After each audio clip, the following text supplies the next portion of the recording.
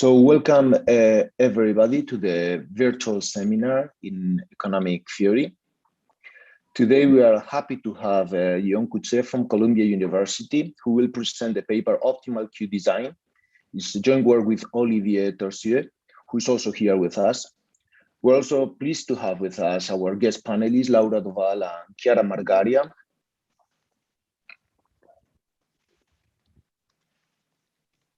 Okay. So yeah, the format is a 60-minute presentation followed by a 15-minute Q&A session. And during the talk, please post your comments and questions in the Q&A section on Zoom, and Olivier will try to answer your questions. And if you find necessary, you can also unmute yourself and address the question directly to the speaker. Let me remind you that the talk is recorded, and our speaker next week is Sarah Rideau from Vanderbilt, who's going to present a model of justification. Yeon-Koo, thank you very much for coming here today, and the screen is yours. Thank you. Can you hear me? Thank you very much for having me. This is really a great pleasure to be presenting in front of you guys. Thank you also for the wonderful poster, which really I appreciate. It.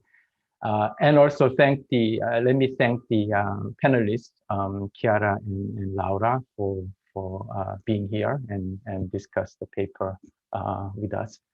Okay, so this is a paper about queuing, right? So queuing theory may sound like non-economics topic, definitely.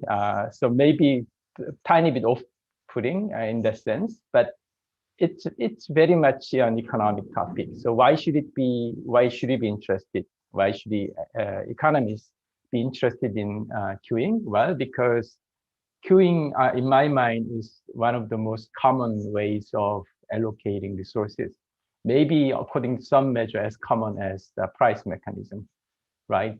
But the thing about queuing is that it involves resource burning, right? It's painful, it's costly, and these are some of the things that people say about how much energy and resources and precious time we are spending over the course of our lives in the context of queuing, right? So the natural question that's quite relevant for us economists, but for business plainly, is how to provide efficient incentives for people to queue, right? Given that it's such an important part of our business, our resource allocation process.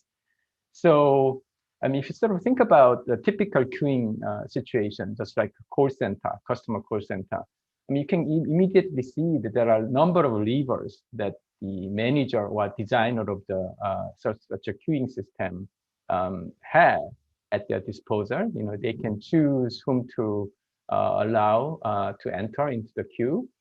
They can put somebody on hold, or they can discourage people from entering into the queue by telling them, goodbye, come some other time, or they can simply drop your line, right? And also they can decide how to prioritize the service, right? They can decide, should I, use first come first served, or should I randomly select somebody to be served first, right? So these are the another kind of choice variable available to the designer. And finally, they have at their disposal a policy determining how much information should be made available to agents in terms about the length of queue, about their positions, expected waiting times, and so on and so forth, right? So you can sort of, in the context of the call center, you have probably experienced different variations in this regard. Sometimes you are completely in the dark about how long you have to wait. Some other time they tell you how many people are ahead of you. Sometimes they tell you even the expected waiting time, right? So, I mean, naturally, as an economist, we should think about really how one could choose all these different aspects of a queue design to efficiently provide incentives for individuals to queue. But and if you look at the existing queuing theory, I mean, there is some sort of a branch of queuing theory called rational queuing theory. Actually, cares about the incentive issues, right? But in a very limited scope, in my mind, in our mind, limited in terms of the design variables that are allowed to be chosen optimally, and also in terms of the kind of incentives that they want to take into consideration. So what we do is to kind of, sort of take inspiration from Meyerson's famous work on auction to think about all different aspects of queue system, to think about how to optimally design the queue system, including, entry exit, queuing rule, and information policy, while taking into consideration for agents not only to join the queue, which has been the focus of the existing queuing theory from the rational queuing theory literature, but also to stay in the queue whenever this is what the designer wants them to do. Okay, and the punchline is going to be that under a mild condition, we think it's a very mild condition, the optimal policy can be implemented by the first come, first served rule, which is probably the most widely used and common and a mechanism of prioritizing service, as well as the policy of keeping the agent in the dark about their positions in the queue, about the length of the queue, other than the fact that they are recommended to stay, if that's what they are being recommended, right? So that turns out, in some sense, that's also pretty common in the context of the customer call center examples. And I think the combination of these two is actually the optimal mechanism. So we take the Meyerson style approach, not only in terms of the kind of the scope of the mechanism design that we allow for, but in some sense, the result that we get is of similar flavor. That is that, simple and commonly used practice turns out to be the optimal thing. So you might have seen in the literature that, that talks about the suboptimality of the first come, first served rule. And just to give you some, sort of preview, it turns out that those results depend a lot on the kind of entry rule or the queuing rule that they assume. So once we allow for, the information rules, so once you allow for all these aspects to be chosen optimally, it turns out the first come, first served rule is actually optimal. Okay, so without further ado, let's just start with the model. So we have a continuous time model where the primitive process involves arrival and service process. So the assumption is that at each point in time, an agent arrives randomly at a Poisson rate lambda k, and is served at a Poisson rate mu k. Okay. Equivalently, mu k is also the average service time is 1 over mu k. Okay. And k here, so indexing k here is the number of agents in the queue. So when there are k agents in the queue, lambda k is the arrival rate, mu k is the service rate. And so at first glance, the dependence of this process on the number of agents on the queue may seem strange, but as I will illustrate to you in the next slide, that this really allows for a great degree of generality in terms of the environments that we can allow for.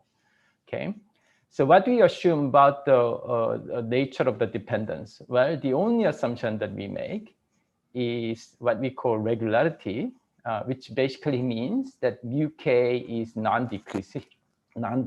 The service rate is non-decreasing, which I'm not going to explain, but it's actually without loss, and it is also concave. Okay, so marginal increase actually decreases in k. And in terms of the arrival process, arrival rate, okay, arrival rate either decreases, okay, which is okay, or if it increases, it increases at a rate slower than the service rate. Okay, so that's the assumption that we make. As we see that these two assumptions are satisfied by virtually all realistic environments in our mind, particularly in the examples that we have in mind. So the typical model people adopt in this literature is MM1 mostly, but also MMC, which is a more generalized version. So in both, I mean, in MM1, lambda k and mu k do not depend on k. It's constant. And then in MMC, the assumption here hidden behind is that there is a single server which serves the individual at rate mu. Okay, so individuals arrive at constant rate, and then there is a single server that serves an individual in the queue at rate equal to some constant mu. Okay, MMC model kind of allows for there to be C number of servers. So up to C, right? Each individual is served at mu. So jointly they are served collectively at the rate C times mu. But once you hit, I'm sorry, the other way around, K, right? So if K is less than C, then they are served, there is a single, each server serving the customer, each customer on the queue. So they are served according to the rate of K times mu. But once you hit C, then that's the capacity constraint, and the C time mu becomes the service rate for the whole queue. Okay.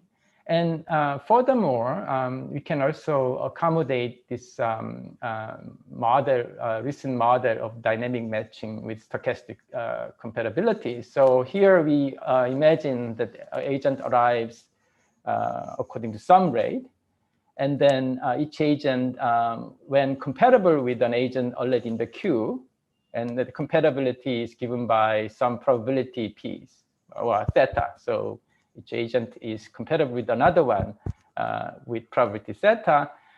And then that compatible pair can be matched and leave the queue.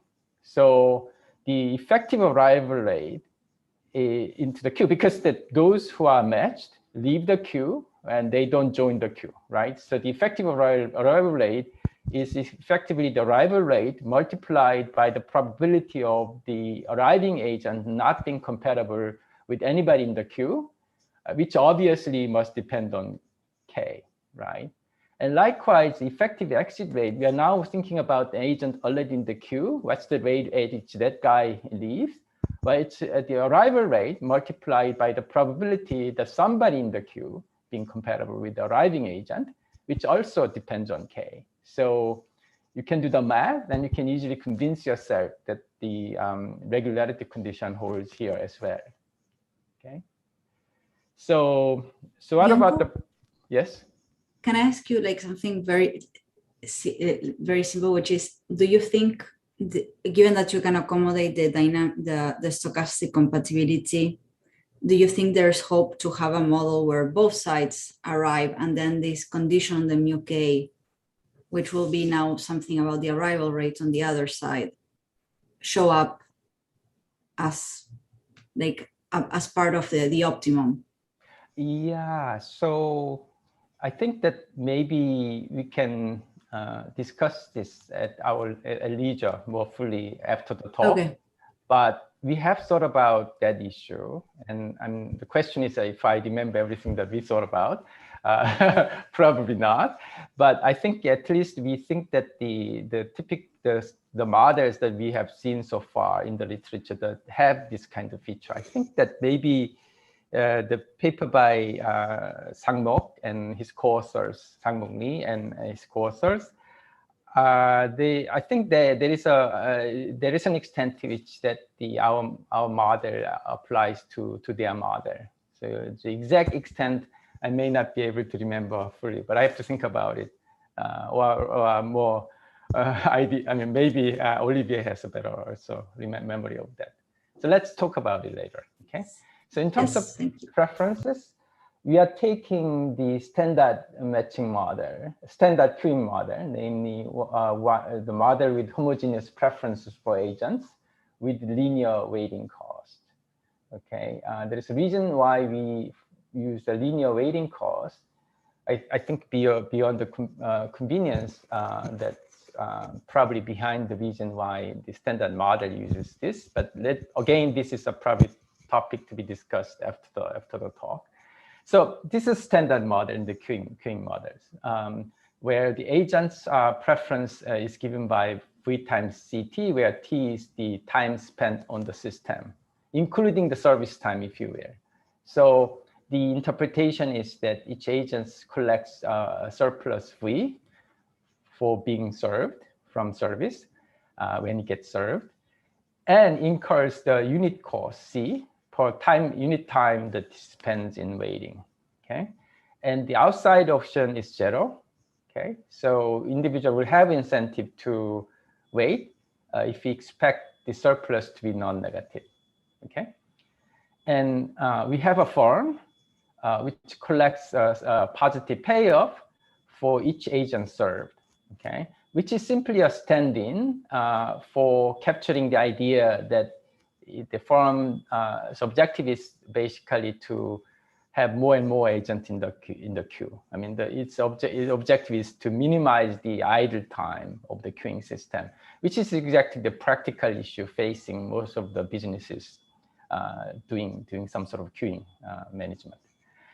Okay, finally, the designer we have has an objective, which is a weighted sum of firms and agents payoffs. So depending upon the weight, we could be dealing with the firm profit maximization, or we could be dealing with agents welfare maximization. Okay, so here comes a couple of slides that sort of describes the kinds of mechanism, the designs that we allow for in our mechanism. Okay. First off, the entry rule xk here specifies the probability that an agent is recommended, an arriving agent is recommended to enter into the queue when there are q people in the queue. There are k people in the queue. Sorry. Okay. So you can kind of think of how this might work in practice. Let's say in the context of a call center, right? You could say somebody arrives, and I can say, you can say, please hold, somebody will be with you shortly. Or if you want to discourage somebody from joining, you can say, please come back some other time, line is busy, we have an unusual volume of call, and sometimes you can actually drop the line. I'm not sure whether you experienced that or not. I did, actually. So goodbye, and then they drop you. And exit rule specifies, exit rule YKL specifies the rate at which somebody already in the queue is removed. Okay, an agent in the queue is removed when there are K agents in the queue, and then the agent in question has a position L. Okay, L position runs from 1 through K if there are K people in the queue. We allow for lumpy exit possibility in the paper that sort of corresponds to so-called preemption issue in the queuing literature. But for the sake of this talk, let me not talk about it. Okay. Again, this may correspond to an agent put on hold, an individual put on hold, hearing something like, there is a lot of calls, so please come back later, which you might or may not have experienced. I did. Okay, so second component in the mechanism is the queuing rule. Q is sort of indexed by K and L. So QKL specifies the rate at which the agent in position L in the queue of length K is served. Okay, you can think of this as a Poisson rate. And we impose two conditions. One is called feasibility. And feasibility here, it's a bit kind of involved here. The easiest way to think about it is that what we mean by mu m or mu k is the maximum rate that any set of agents with cardinality m can be served jointly. So let's say mu1. What is mu1? mu1 is that it's the maximal service rate any single individual, regardless of his position, can enjoy, right? What is mu2? mu2 is the maximal rate that any set of two agents, okay, regardless of their positions or whatever, can be served. The rate at which they can at most served. Okay, so that's how you should interpret. So this is all that is. Work conservation is another standard assumption made in the literature. You can think of it as a non-wastefulness. right? So if there is a maximal service rate mu k that is available in the system, okay, then that will be all spent, okay, used to serve somebody. Okay, so they sum up to this maximal rate if there are k people in the queue. Okay, you can sort of can easily see that this is fairly general specification that allows for the well-known standard queuing disciplines as special cases. So first come, first serve is a system that tries to sort of give the maximal service rate in the order of their arrival. So let's take the queue of length k, okay? So qk, the L equal 1 means the first guy who arrived, the guy with position number 1. He gets the maximal service rate that any single agent can get, which is mu1. So conditional on that, the second guy gets the maximal service rate for any two guy can enjoy, minus the service rate that has been already allocated to guy 1. So more generally, this is the kind of formula that you get. By the way, do you see my cursor or you don't see my cursor? Do you see my cursor? Good. And last come, first served is exactly the opposite idea. You try to give the highest priority to the guy who arrived last, and so on and so forth. And the math really works out exactly the same. Okay. So by the way, in the MM1 system, first come, first served means basically only the first guy at a given point in time gets served at any rate at all, which is actually mu. And the subsequent guys are not served unless they become the first guy. Okay, so that's why this is actually 0 otherwise. Okay, and service in random order. 0 is actually the idea about randomly allocating priority. So if there are k people in the queue, the maximal service rate mu k is equally divided because one person is chosen at random to have the highest priority. Okay. Sorry, can I ask a question? So Sure. I'm not sure I completely understand why we need to impose feasibility on all subsets, and it's not enough just on the aggregate. Maybe it's too complicated and you want to explain later in the discussion. And second, I'm also not sure why you really need to impose equality on work, like you need to impose this non-wastefulness. Is that playing a big role? I mean, I think later on in some parts it does play a role, but I don't know if it does at all. Yeah, good question. So I think that, again, I think the way I think about feasibility is based on what we actually mean by mu k, the service rate. What's the meaning of service rate, right? In fact, we can, I think, build a more primitive model, which I think we may or may not have in the online appendix, which drive mu k as sort of endogenous variable, which is why I also said that it's without loss to assume that mu k is non-decreasing, right? Effectively, mu k should be no less than mu k prime, where if k prime is less than k, because whatever limits that's available, right? You can kind of use the same technology that's available when there are more agents to the situation where there are smaller number of agents and so on and so forth, right? So feasibility, I don't see any real issue there. Work conservation is indeed an assumption. We adopt this because this is a standard assumption to be had, and also because of the efficiency merit, right? So we didn't, I think, to be honest, we didn't allow for this to be an inequality and solve our optimization. But our very strong conjecture is that, that can be done as well. So I don't think we'll have an answer beyond this even after the talk, unless we spend lots of time. Okay.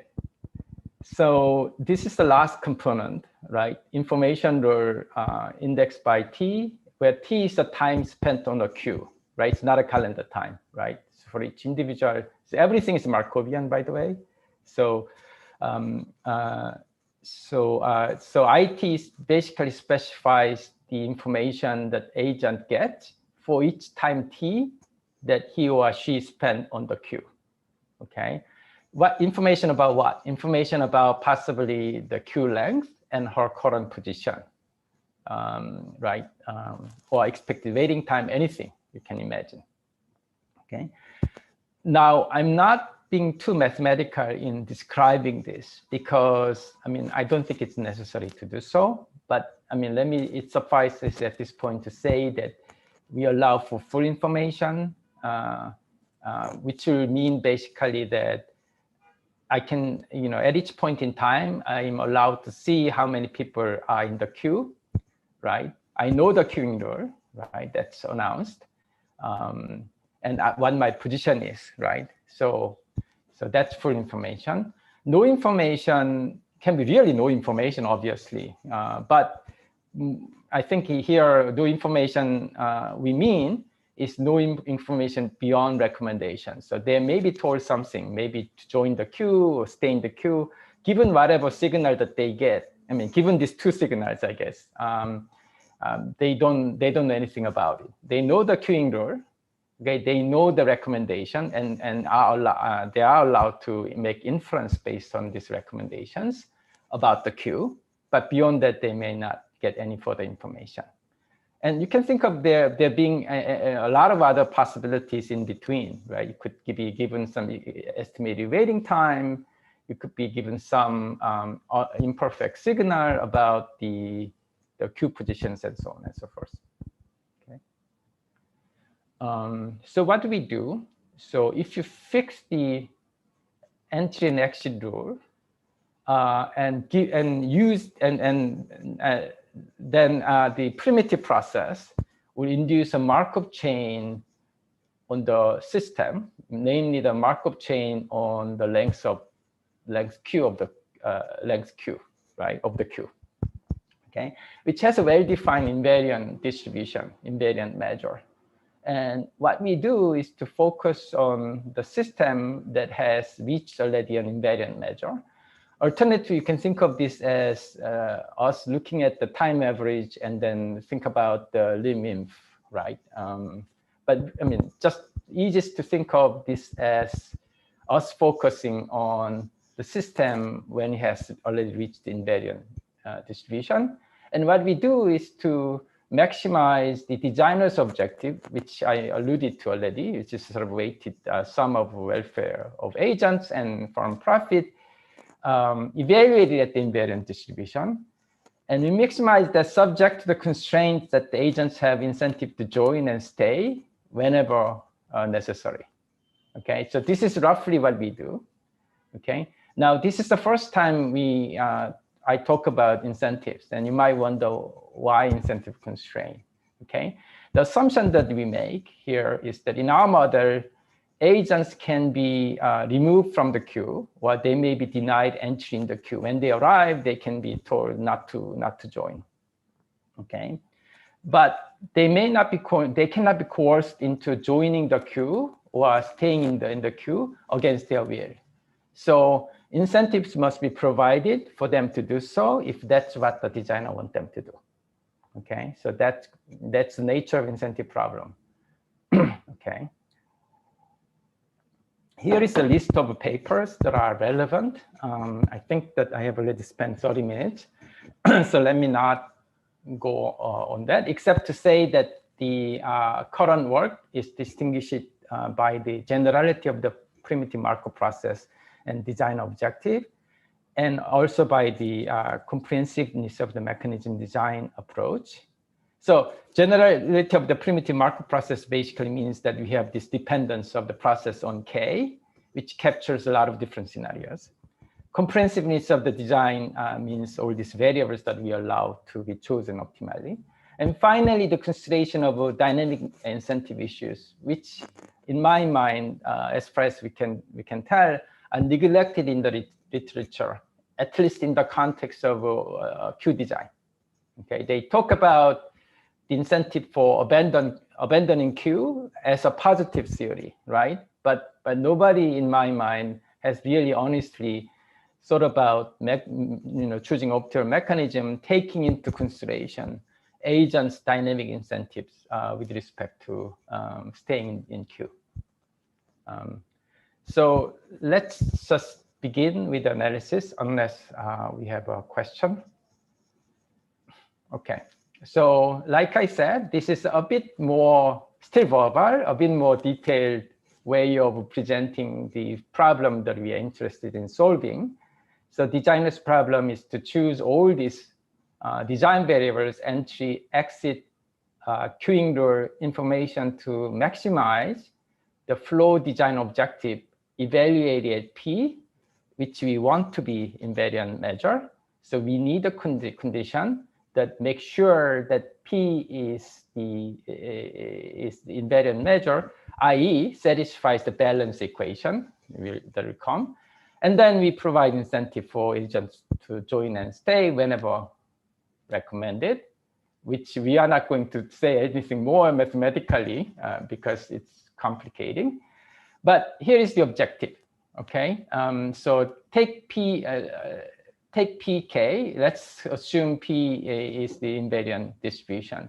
So there are k people in the queue in the steady state with probability pk, and they are served at rate mu k, and then generates profit r to the firm, and then firm is weighted by this factor 1 minus alpha, where alpha is the weight factor assigned to agents. So this is the agent flow payoff. So again, Q has k people with probability pk, and then this is the collective surplus enjoyed by those k people in the queue, right? So mu k is the process, one person is served at mu k, at rate mu k, and then enjoy v, the surplus, and then each of the k people in the queue must pay the unit cost C, unit time cost C, okay? And here is the balance. So, and then we make sure that P is indeed the invariant distribution, and therefore satisfies this, must satisfy this balance equation. Here, so we are thinking about transition of Q between K and K plus, right? These are two states, adjacent states, right? I mean, this is very typical of the birth and death process, but you can see that when you are at K, this is the rate at which that the system transits from K to K plus 1. Why? Because we are state at K with probability pk, and then at rate, individual arrives. At rate lambda k, an individual arrives, and he will be allowed to enter with probability xk. So this is the arrival, effective arrival rate into the queue. And when that happens, we move from k to k plus 1, right? And likewise, we are in state k plus 1 with probability p k plus 1. And then this is the rate at which that somebody is removed, either because he's served or because designer simply wants to remove, which happens at this rate. Okay. Again, I'm not specifying what incentive constraint means, but what it means is that for every signal that individual may receive that correspond to the recommendation of joining or staying, they must have incentive to do so at each time t. Okay. The problem stated in this way is difficult to solve. So this is why we focus on its relaxation, which turns out to be an LP problem, infinite dimensional possibly, where the problem is remarkably simpler now, considerably simpler. In fact, the only choice variable is the measure itself. So the designer here is directly choosing the invariant distribution. Okay, the same objective. With relaxation here, now this is other change. This relaxation of the balance equation here. Simply, right? If you kind of lose this, right, the right-hand side becomes smaller. If you raise xk to 1, the left-hand side becomes bigger, and that's how we get this relaxation, right? And finally, here is a relaxation of IC. Okay, what it means is that jointly, on average, right, an individuals must break even, right, because they are, this is that surplus that they jointly enjoy at, on average. Then must be non-negative. And this turns out to be equivalent to agents having incentives to join under no information, right? So there is a simple argument that one can make to say that, there are a set of signals that are recommended for individuals to join. Then if you kind of aggregate the incentive, and that means that, for each signal corresponding to joining recommendation, they must have incentive to join, right? If you aggregate them, then you can kind of see that the conditional on being recommended, a condition like this must be satisfied as a necessary condition for individuals to have incentive to join, okay? In any system, regardless of the information, right? Because when you kind of coarsen, when you kind of pull the incentives, condition can only be weaker, okay? So that's the sense in which that this is a relaxation. It's a linear programming problem, albeit possibly infinite dimensional, okay? The first problem, the thing we do is to solve the relaxed problem, okay?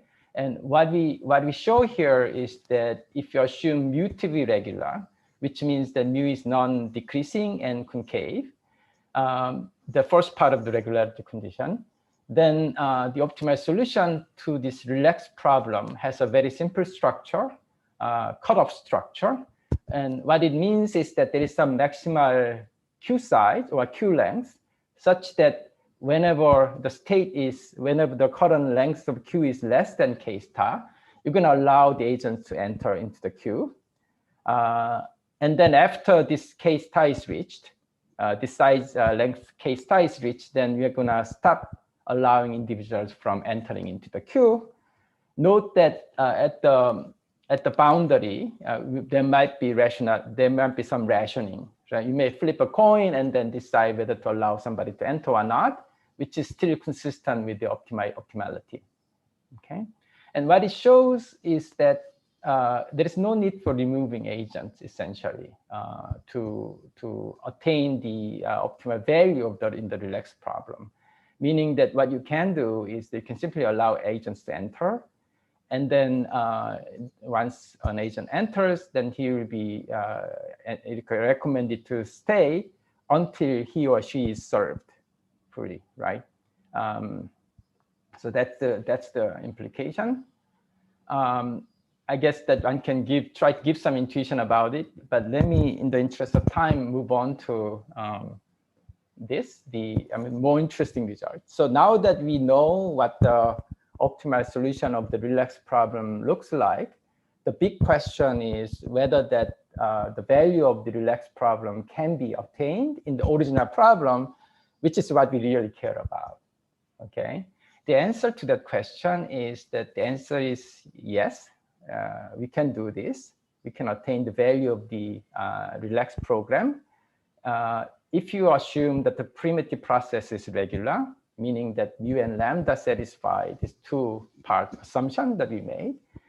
If you choose the right queuing rule and right information policy, okay, what are those? That's first come, first served, and no information policy, meaning that no information will be given about the queue, except for what you can infer, what the agent can infer from the recommendation, which is to implement the cutoff policy in terms of entering this joining decision. And then once you enter, the recommendation will be for the individuals to stay until they are served. Okay. So what we need to show to prove this is that if you adopt this pair of policies, first come, first served, and no information, they can actually implement the optimal cutoff policy that we have identified in the previous slide, in the previous theorem. Okay, so this is all you need to show, right? There are incentives for agents to follow the recommendation. Okay, there are two parts. They should have incentive to join the queue when recommended to do so. And then they have incentive to stay in the queue until they are served. Okay. The first part we have already taken care of because the cutoff structure, the cutoff policy that we have already identified that solves the relaxed problem already satisfies the IR condition. So, and then I mentioned that satisfying IR is equivalent to the agents having incentives to join the queue when they face no information, when they are given no information other than the recommendation to join. Okay, so we don't have to worry about this. But at this point, let me also say that this feature, there being incentives to join the queue when they have no information about the queue, doesn't just hold just in with the first come first serve. It also holds with all other, regardless of the queuing rule. Okay, so it's nothing special about the first come first serve on this ground. Okay, but what turns out to be really important is the second part, which is really is not very trivial. This is non-trivial. So what we need to show is that let's fix the first come first serve and no information. Okay, we need to show that what we are going to show is that on the regularity, they form beliefs about their current queue position at each point in time while they are on the queue. Okay, and what we need to show is that the beliefs about this position must improve over time, meaning that I am increasingly assigning higher weights for occupying low index queue positions. Okay, and why is this good? Because what this means that the residual waiting time decreases. So at each point in time, what matters for me and in determining whether or not to stay in the queue is the expected waiting time that I expect to face from now on. Okay, that's what we call residual waiting time, and that falls over time.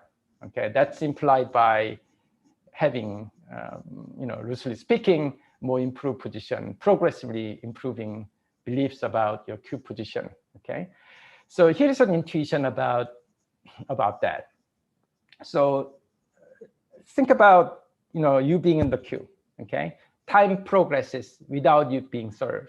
Okay, so you can think of this as is passage of this time is a good news or a bad news? What should I learn from the fact that I have been in the queue so far, spending time t without being served?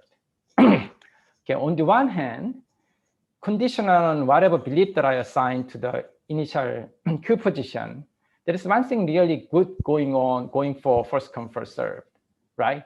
That is that as time progresses, my queue position can only get better, right? As time progresses, somebody ahead of me will be served and leave the queue.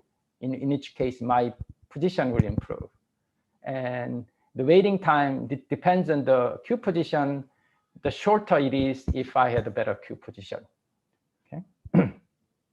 But this is not the only thing going on in terms of the updating, because since no information is given in the beginning about the initial queue length, I form some prior queue belief based on the invariant measure. This follows from well-known result called PASTA in the queuing literature. But that initial belief about my initial queue length when I join the queue will be also updated over time, right? So as time passes, what do we learn, right? Initially, I thought that it's more or less like there are like two or three people. The fact that I have spent so much time in the queue should mean that maybe I was wrong in the beginning. Maybe it's more like 4 or 5 people in the queue, right? So I'm updating it. So this updating must be reflected in the formation of the posterior belief about the queue position, current queue position at each point in time. And you can kind of see this in this graph. So the horizontal axis here is the time spent on the queue. The vertical axis is the belief that I have the top positions. There are 2 queues, right? The capstar is 2. So the the higher this belief is, that the better it is, right? The more favorable my situation is. So the red basically is my belief on this good event without updating the initial Q length, belief on the initial Q length. So initially I start with the probability half and half. So this is given by invariant measure given the parameter choice. Over time, this good news effect means that, this belief increases because over time somebody must be removed and then I have a top position. If not in the beginning, at some point I get it with probability 1. But this is this is updating about initial length. Okay, initially, I have top, probability this, but then I'm becoming more and more pessimistic.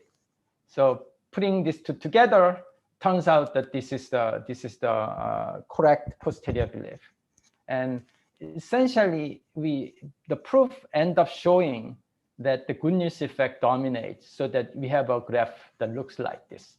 Okay, that's loosely the idea. Now, devil is in the detail. You have to really go through the math to prove it. The way we do it is to focus on the beliefs. So what is mu? What is gamma LT? So this is the belief that the agent has, that he has position L, right? The lower the position, the better it is at time t. Okay, so this guy is going to be evolved, and we'll talk more about it. But what we focus on is the likelihood ratio of gamma L versus gamma L minus 1. Okay, and you like to show that this actually decreases. I am over time, as time progresses, you like to show that people are assigning progressively less weight on L relative to L minus 1. Okay, and you want to show it for all L. This is going to be sufficient condition, of course, and because that will mean that the residual waiting time falls. Okay, so that's the game plan. And it's kind of useful to think about, unpack a little bit, to think about what's involved in thinking about the evolution of the likelihood ratios. Okay, so likelihood ratio at L, for L, is the ratio of gamma L and gamma L minus 1. So the ratio between the two. So let's think about how this might evolve, right? Starting from t, and then let's take very small time interval dt, and sort of a moment later, how is it evolved? Okay, you can write down in this way, in this sort of discrete approximation way. So it's kind of interesting that you can, you can write down this as a recursion, very interesting recursion. So what is your belief of position, having position L at time t plus dt? Well, okay, so what is your belief? Well, it depends on this two term. So what is this? You have position L at this time, either because you had position L a moment ago, okay, and then you still have that position because nobody is served during that time, okay. So somebody served at this by this factor, okay, with this probability, or you had a position L plus 1, and during this brief moment, okay, somebody is served, right? And then I think this might be okay, I'm not quite sure about this, but anyway, so that's the idea. And then, of course, there are other possibilities, right? There are more than 2 people served, but then if dt is very small, you can kind of ignore that because that's the high order factor that will vanish. For instance, if you divide this guy, if you subtract this from this guy, this ratio at t, right, the ratio at t, and divide by dt, that's going to vanish. And then and then let dt go to 0. And then we arrive this, okay? So this is the ordinary differential equation, system of ordinary differential equations for all L's, L from 2 to k star, okay?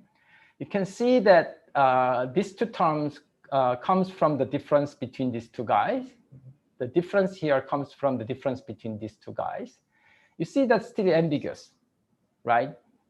So here, the fact that when you stay in the same, when the queue position doesn't change, right? Given that environment, it's more likely to fall.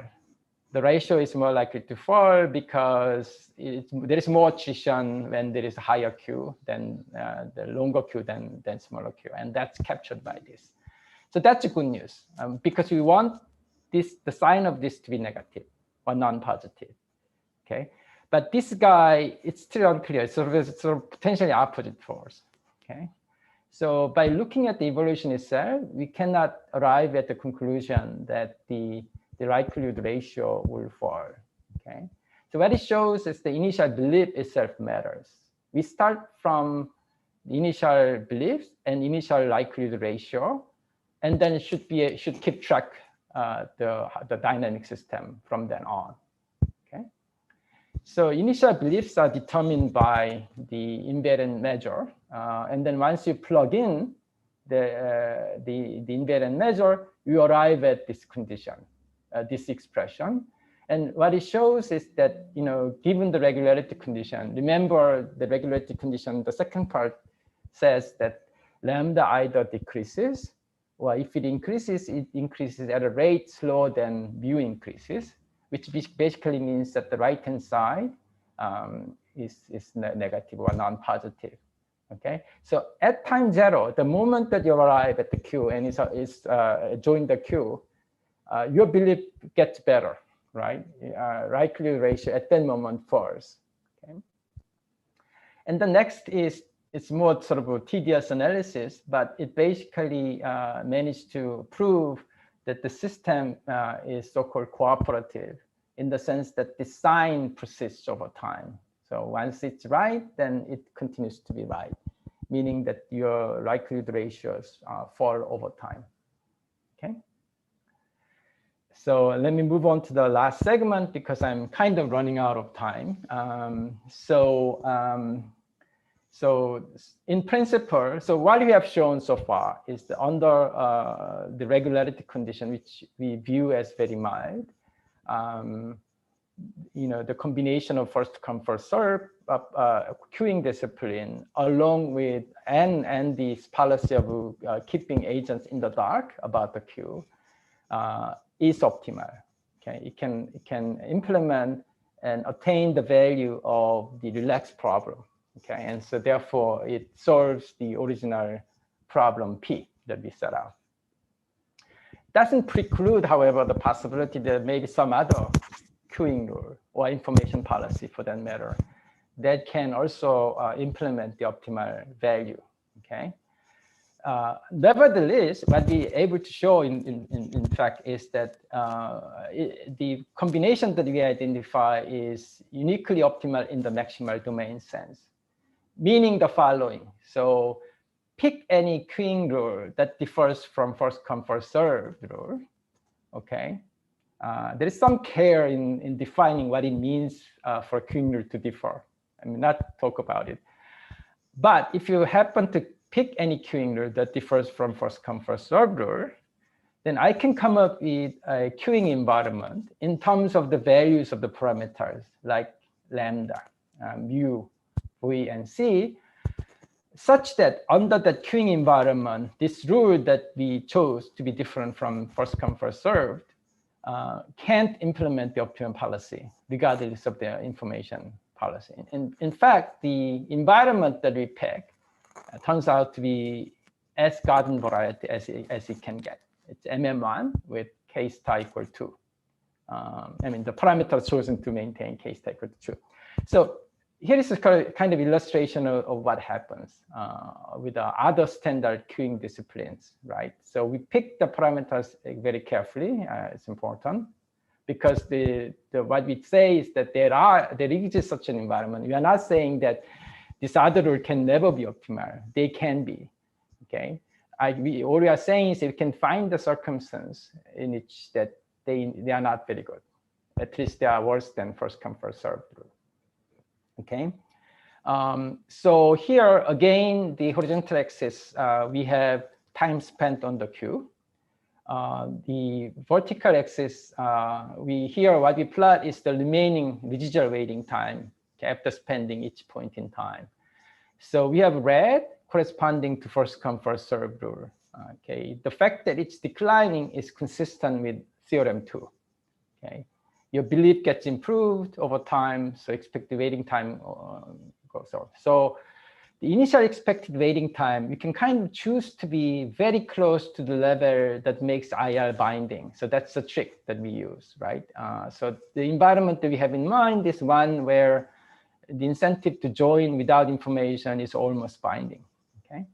Now for the other rules, it's increasing, which means that as time goes, you get more pessimistic about, residual waiting time, and then they may decide to abandon the queue. Which by itself may not be a problem, but you can see that they can't implement the cutoff rule, which we identified to be optimal. So they are suboptimal in that sense. Okay, the intuition behind it is quite clear. Let's take the last come first served. Okay, so what does that mean? That means that you join thinking that you have so much time to wait, but then as time goes, you are not getting any information, let's say, and this is the best you can do with any queuing rule anyway.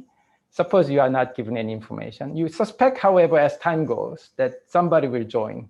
It's more likely somebody new entered. In which case, that guy takes the priority over you, right? And then from then on, your expected waiting time increases. This is true without having information. This is even more true if we had complete information. The moment that somebody joins, then you want to leave, okay, even before you reach case top. So, right, that's real problem. And that this is very extreme, but the same kind of intuition inside really explains why you can always find an environment where these other rules will have a situation like this, meaning that the expected waiting time increases as you go on. So almost right on time. I don't have too many things to say as a way of concluding thoughts. So the punchline here, let me just remind you a bit about the existing queuing theory literature. There are a bunch of papers. I didn't really go in detail about, now the seminal paper by now published in Econometrica. There is an interesting paper by Jacob Leschner, which kind of shows how you can replicate this effect of having no information, which is very simple in our model, through some sort of queuing rule acrobatics, right? How you can do it, you can sort of structure a queuing rule to equalize the waiting time across the queue length, which works, of course, at the time of joining the queue. But as time goes, dynamic incentive will be screwed. I mean, you have to penalize somebody who comes early, right? So that generates a problem. So there have been papers that show that the first come first serve is not very good, but under the assumption of some fixed information rules, some fixed entry rule, and so on and so forth. So the way to think about what we did is that once you also allow for the designer to choose the entry rule as well as the information rule, okay, there is the combination of these other rules that allow first come first serve to be optimal, okay, globally optimal. Okay. Let me just move on to say that in the process, I think we have identified a novel role for queuing disciplines in regulating agents' beliefs, dynamic beliefs, and dynamic incentives, which, like I said, we believe have been neglected in the queuing literature, at least in the context of thinking about optimal design of queue system. Okay.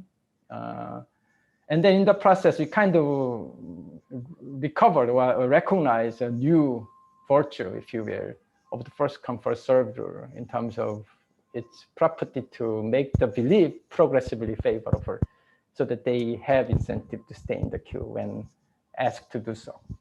Okay, that's all, I think. So thank you very much, Yeon-Koo. So we now start with the Q&A session. So why don't we start? I mean, I see Chiara on top of my screen. So if you want to start with some comments or discussions, or Laura, I mean, as you prefer. Okay, so I can start. So maybe the questions are gonna some are just more comments or speculation. They are not, but I'll just start. So a natural question, I'm sure that, so thank you very much for the talk, and I really like seeing these new, let's say, dynamics that, like, you know, I really like this, and so they make us think about new things we can do. So this is why I have questions that are more speculation, say. So I think that is natural for me to think about is what happens if, and I'm sure you thought about, what happens if the condition 2 fails. And so a natural, so I guess this condition 2 is the one that my understanding is that is the key condition that tells you that no information is optimal, first come first served, together with no information. And so naturally, you know, the first speculation that comes to my mind is, oh yeah, so maybe if condition 2 fails, then it's going to be optimal sometimes to remove some agents, so that while I'm in the queue, if I'm not removed, that is good news, and so then I have incentive to stay. So, like, you know, that's my first reaction, saying, okay, so now I'm gonna give good news, so to speak, in that way to the agent, or something like that. Is that a direction you are thinking about, or something? Is a natural speculation for me. So I don't know if you know anything in that direction. Right. So I think it's I mean, you got it completely right. That is that the condition 2 is needed only for theorem 2, not in theorem 1. So relaxed problem still has a cutoff structure. The optimal solution of the relaxed problem still has a cutoff structure.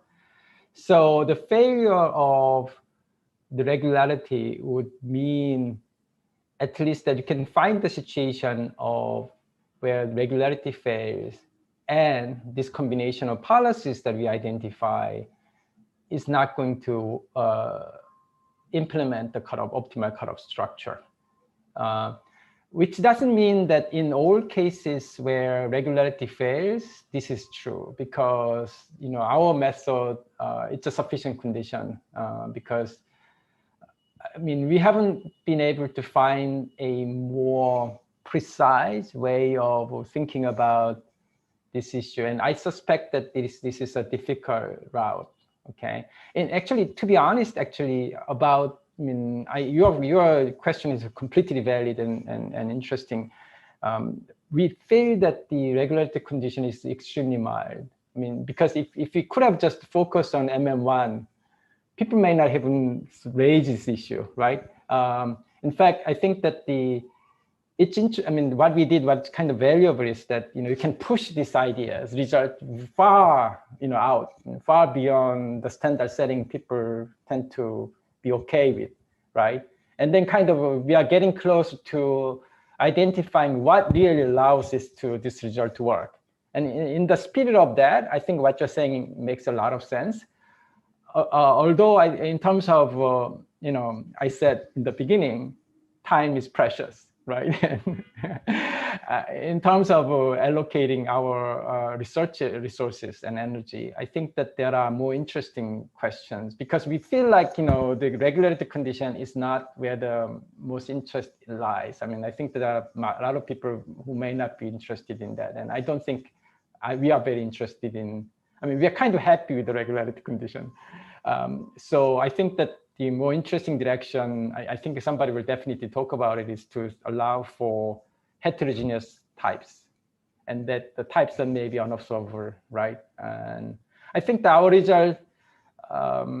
results really, I think, extend if the types are observable. I mean, within the same type, we kind of use the first come, first served, and this logic applies very directly there.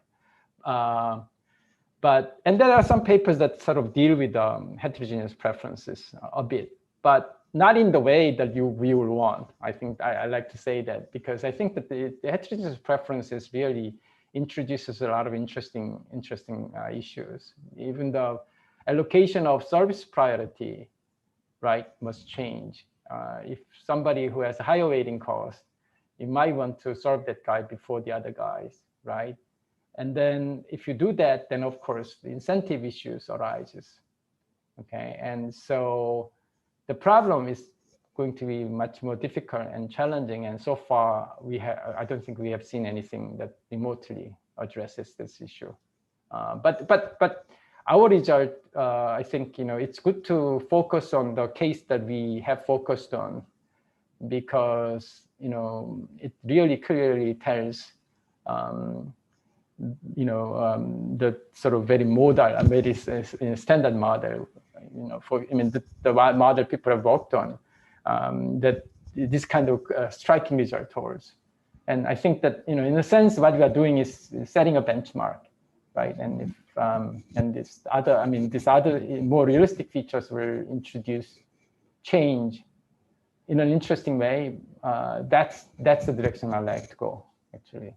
Yeah, in fact, I guess I'm sorry, I'll just say the follow-up questions that came to mind as well to me were well, if the applications are, let's say, allocation of, I don't know, hospital beds, for example, the kind of heterogeneity that comes to my mind is there are going to be patients that have deadlines, for example, but then is the kind of heterogeneity that brings even the different, either discount factor or different, the fact that that brings even a special type of heterogeneity that is even more complicated. But that was my first reaction. And it's totally normal, starting with valuations that the fact, because right now the assumption is that it doesn't matter if you have the me weight or someone who arrived later than me weight, it doesn't matter moving waiting time across agents. But of course, that would also be a natural way to move, I think. So I'll let somebody else ask questions and then I'll. Yeah, maybe Laura wants to continue or make a comment, or as you prefer. Yes, so I had a question actually related to the preference heterogeneity, because I was thinking that there are two, the relaxed problem in a sense is controlling ex-ante incentives. So you could imagine that now you will have more IR constraints, and you could think of having ex-ante incentive constraints. Of course, what I think that then the difficulty is that once you go into the dynamic incentives, you might want to think, are you going to allow for disciplines that switch people out of queues? But I think that the relaxation that you've identified seems like a nice starting point to even with two different types. It seems like already that LP is nice enough, and it seems to capture already a big part, all the incentives in the single type world. So it made me think that. Yeah, that's on the incentive side, but also the Markov chain side, we have to deal with a two-dimensional Markov chain, right? Yes. There are two different types. So even the basic problem seems somewhat challenging. But that's the starting point, definitely, And the other small comment that I had, and it's more out of introspection, that it's normal that people say, oh, don't go to a supermarket at this time because it's busy. So it seems that some of these environments, there is some communication amongst the agents. We generally don't.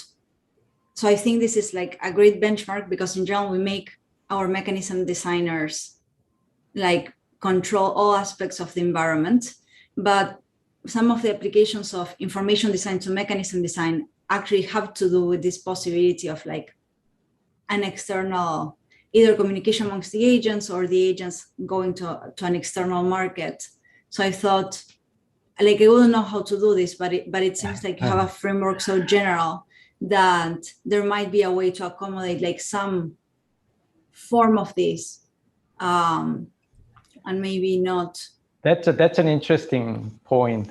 We have thought about a lot of different things, and actually I still think that what you have thought about seems a bit more basic, meaning many people, I told you, if you take this call center messages communication seriously, they tell you to come later.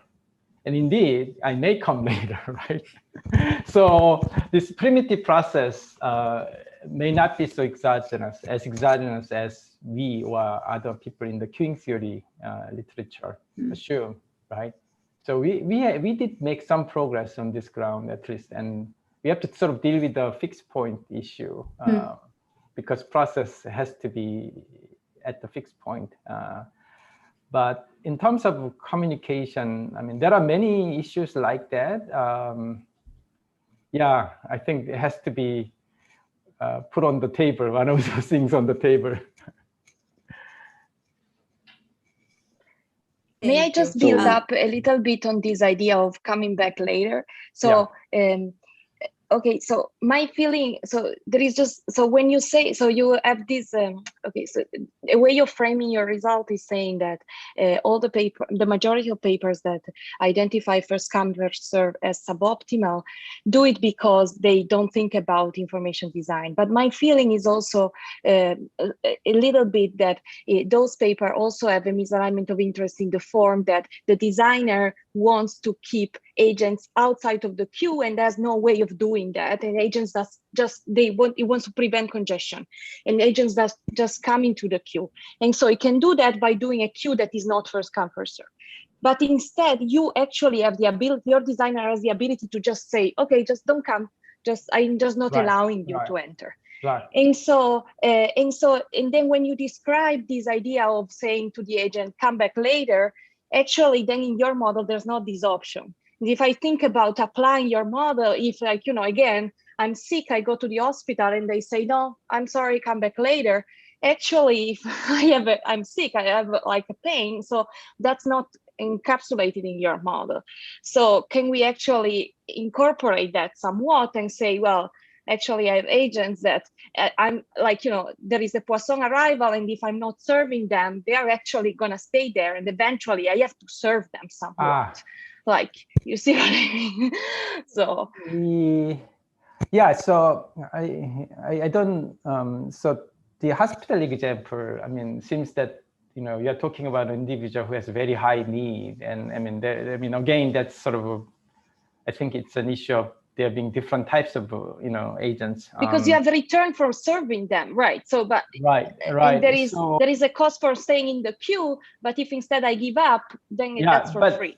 Yeah. So what we have thought about at least is that in the context of a homogeneous preference, right? We have thought about at least, you know, some sort of endogeneity in terms of coming back behavior, right? So if I'm told to, if line is dropped, I mean, which happened actually, to be honest. I mean, I'm not lying actually. So, you know, say goodbye and then line drops. So it is implementable, the control of entry and exit.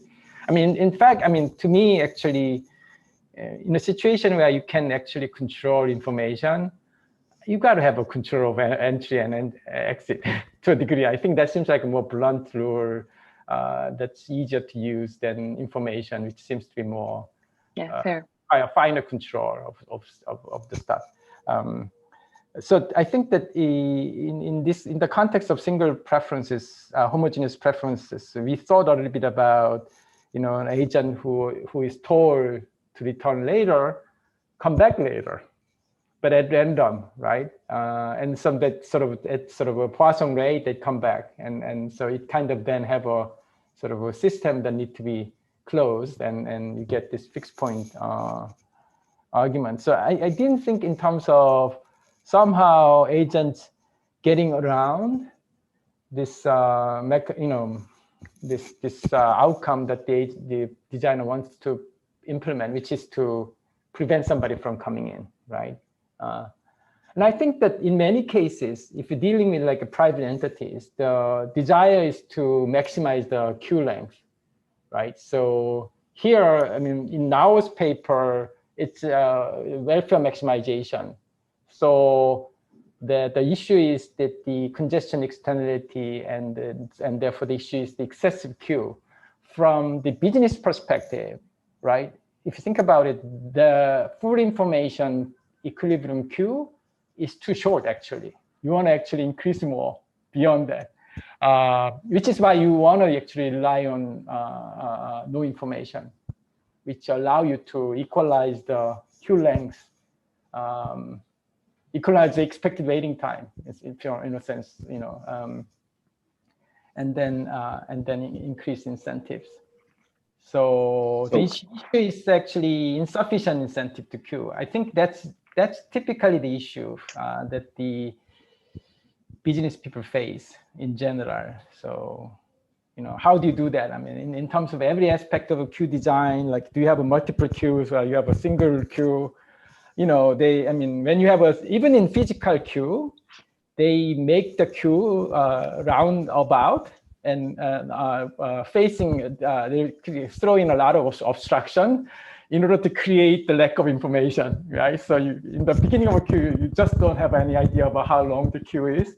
And then halfway in, you see this notice saying, oh, 2 hours from now. I'm not lying. This is exactly what happened when I went to Sears Tower, right? I waited like an hour, and then at some point I see a sign saying 1 hour from here. So Thank you. Yeah. So maybe I mean it's already time, no, to close what is the formal part of the seminar. So I'm gonna just thank you all for the participation. I mean, in particular, Yeon-Koo, Laura, Chiara, Olivier. So but we are gonna remain here. So the only thing is I'm gonna just close the recording. So, but if you want to remain and chat more informally,